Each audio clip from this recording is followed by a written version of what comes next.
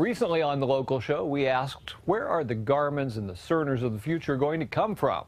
We took you inside the Blue Valley School District's $12 million CAPS building, where the next generation of engineers and life science researchers are getting a head start while still in high school.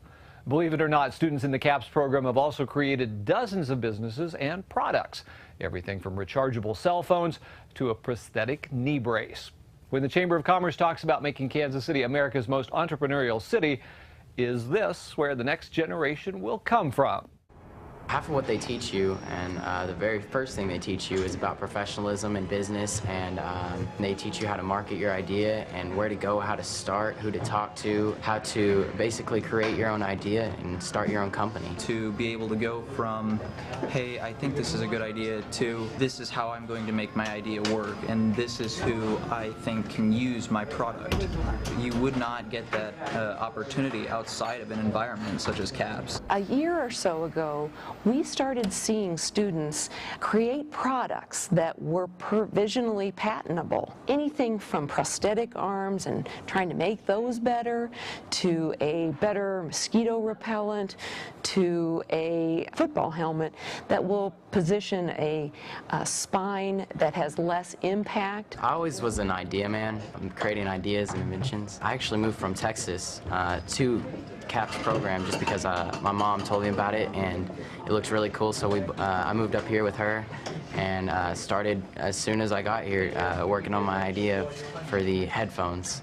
We are creating a wireless in-ear sound piece receiver. It's called Whisper, and it's going to be a wireless in-ear headphone.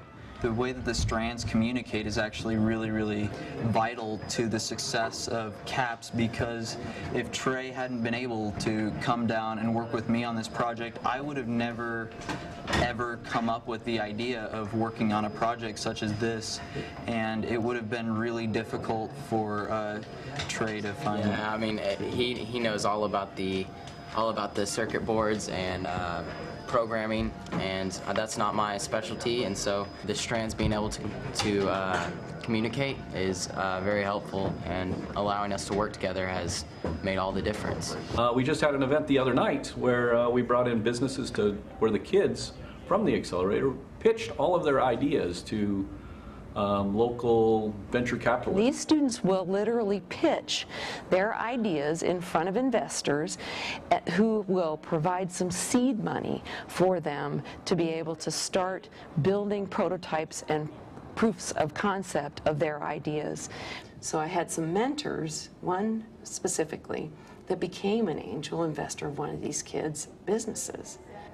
So now that's the next step. Once a kid has a proof of concept, we have tapped into a whole underworld of entrepreneurs and VCs and angel investors, and it becomes very real very quickly. Project-based learning, I think, is really a benefit, especially to the way that a lot of professionals are working these days. We're finding that companies are trying to become more innovative and more collaborative, and a project-based learning curriculum, I think, really feeds right into that and allows the students to be comfortable in that environment and really understand the importance of collaboration.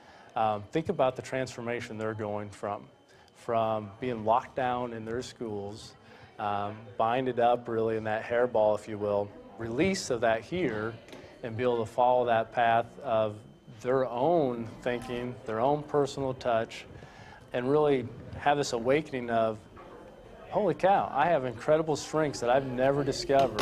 What CAPS really looks to produce is students who will succeed in the business environment, instead of a lot of high schools looking to produce the students that will succeed in college. CAPS just skips over that and says, we need to produce students who are ready for the real world, and because they'll have the skills they need for the real world, they'll be fine going through college. And an opportunity like that does not happen anywhere else. Rich Miller with that report. Lead funding of KCPT's reporting of education issues is funded in part by a generous grant from the Kauffman Foundation and additional